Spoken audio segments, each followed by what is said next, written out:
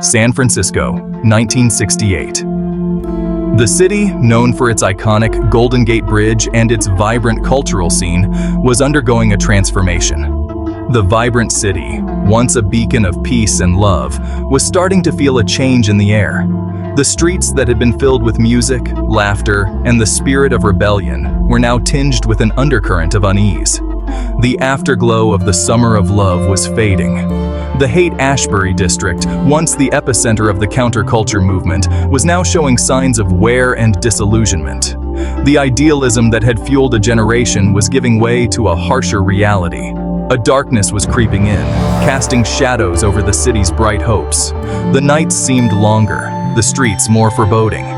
The sense of community that had once been so strong was beginning to fracture. Unbeknownst to its residents, a terrifying chapter in San Francisco's history was about to begin. The city, which had been a haven for dreamers and free spirits, was on the brink of a nightmare. A name, whispered in fear and speculation, would soon be etched into the city's collective memory: the Zodiac Killer. His reign of terror would leave an indelible mark on San Francisco, forever altering its landscape. The Zodiac Killer wasn't just a murderer. He was a phantom, a specter haunting the city's streets. His presence was felt even in the daylight, a constant reminder of the lurking danger. He became a symbol of fear, his name synonymous with the unknown and the terrifying power of unanswered questions. The residents of San Francisco lived in a state of perpetual anxiety, never knowing when or where he would strike next. His crimes, often brazen and seemingly random, sent shockwaves through the community, leaving residents questioning the safety of their city. The police were baffled, the media was in a frenzy, and the public was gripped by fear. The Zodiac Killer wasn't content with just taking lives. He craved attention, recognition, and most disturbingly, control. He taunted the police and the public with cryptic letters and ciphers, playing a twisted game of cat and mouse. His ability to evade capture only added to his mystique, making him one of the most infamous figures in criminal history. The story began on a cold December night in 1968. The air was crisp, and the small town of Vallejo, California, was wrapped in a blanket of silence, typical of a winter night. The streets were empty, and the only sound was the occasional rustle of leaves in the wind. On a secluded road near Vallejo, California, young couple Betty Lou Jensen and David Faraday were parked, enjoying a moment of privacy. They had just started dating and were looking forward to spending some quiet time together away from prying eyes. The road was known to be a lover's lane, a place where young couples could escape the watchful eyes of the town. Their peaceful evening was shattered by the sudden appearance of a stranger. Out of the darkness, a figure emerged, casting an eerie shadow over the car. Betty and David were startled, their hearts racing as the stranger approached. The atmosphere turned tense, and the couple's sense of security evaporated in an instant. Gunshots rang out, echoing through the still night air. The tranquility of the night was violently disrupted by the sound of gunfire. The echoes of the shots seemed to linger, a haunting reminder of the violence that had just occurred. The once serene road was now a scene of chaos and terror. The next morning, their bodies were found inside Faraday's car, their youthful lives tragically cut short. The discovery was a grim one, and it sent shockwaves through the community. The car, which had been a place of joy and intimacy the night before, was now a symbol of a horrific crime. The news of the murders spread through Vallejo and San Francisco like wildfire, igniting a firestorm of fear and speculation. People were in disbelief, struggling to comprehend how such a brutal act could happen in their quiet town. The newspapers were filled with headlines, and the story dominated conversations in homes, cafes, and workplaces. Who could have committed such a brutal act? The question was on everyone's lips. The police released sketches of potential suspects, but none seemed to fit the bill. The community was left to wonder if the killer was someone they knew or a stranger who had passed through. What was the motive behind this senseless violence? Theories ranged from a random act of violence to a targeted attack. Detectives pored over case files, trying to piece together the events of that fateful night. Every detail was scrutinized, but the motive remained elusive. The police launched an investigation, but leads were scarce. Despite their best efforts, the detectives found themselves at a dead end. The killer had left behind few clues, and the trail quickly went cold. The frustration was palpable, and the sense of urgency grew with each passing day.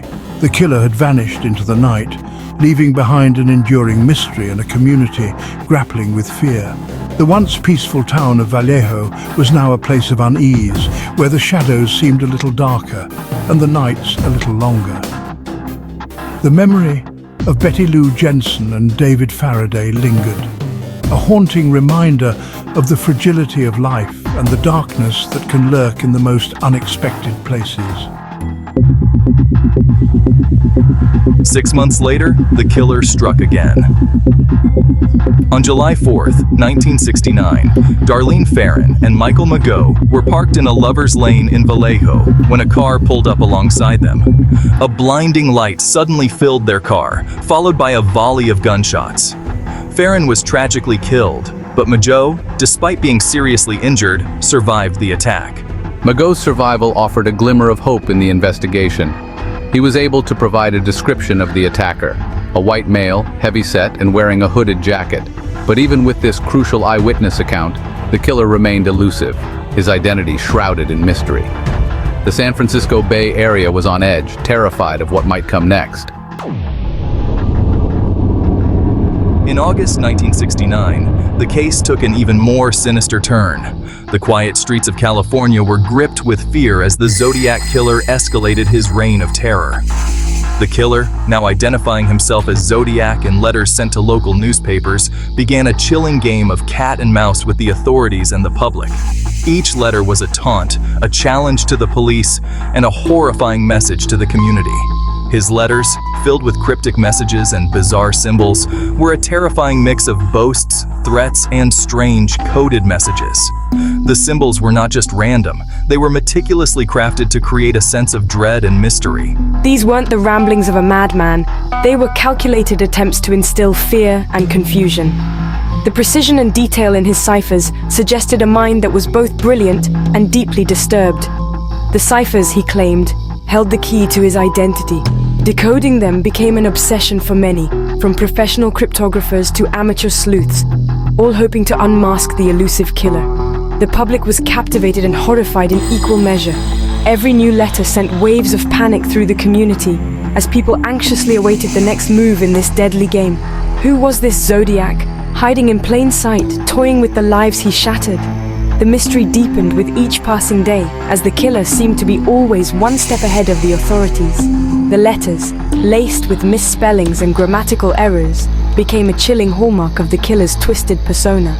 These deliberate mistakes added another layer of complexity, making it even harder to decipher the true meaning behind his words.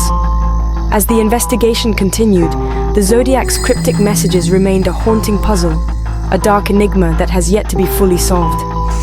The fear he instilled lingered, a reminder of the terror that once gripped the heart of California. As 1969 drew to a close, the Zodiac Killer remained a shadow, his identity a maddening puzzle.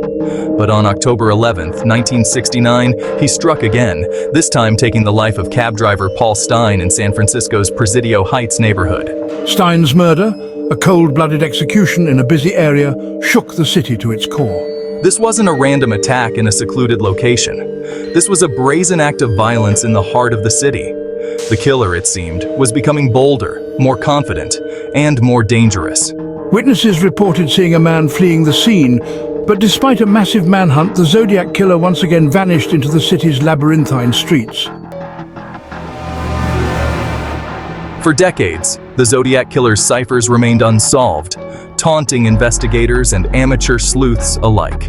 Then, in 2020, a team of codebreakers finally cracked the 340-character cipher, one of the most enduring mysteries of the case. The message, while chilling, provided no concrete clues to the killer's identity. It was a message filled with the killer's twisted sense of humor and a desire to mislead, but it offered no real breakthroughs in the investigation. The cracked cipher, while a significant development, only deepened the mystery surrounding the Zodiac Killer. His true identity remained elusive, a specter haunting the annals of criminal history. Despite numerous suspects and countless hours of investigation, the Zodiac Killer's identity remains a mystery. The case, though officially inactive, continues to fascinate and frustrate investigators, amateur sleuths, and the public alike. The lack of a definitive answer has spawned countless theories, each attempting to shed light on the killer's identity. Was it Arthur Lee Allen, a prime suspect who bore a striking resemblance to police sketches, or was it someone else entirely, hiding in plain sight, their secret buried with the victims? The lack of closure has left a void, a constant reminder of the killer's ability to evade capture and leave a trail of unanswered questions in his wake. The Zodiac Killer's reign of terror may have ended decades ago, but his impact on San Francisco and the world of criminal justice is undeniable. The case remains a chilling reminder of the darkness that can lurk beneath the surface of even the most vibrant cities. It serves as a stark warning about the dangers of unchecked evil and the enduring power of fear. The Zodiac Killer's legacy extends beyond the realm of true crime. He has become a cultural phenomenon, inspiring books, films, and countless theories. His cryptic messages and chilling persona continue to captivate and terrify, serving as a stark reminder of the enduring power of mystery and the human fascination with the unknown.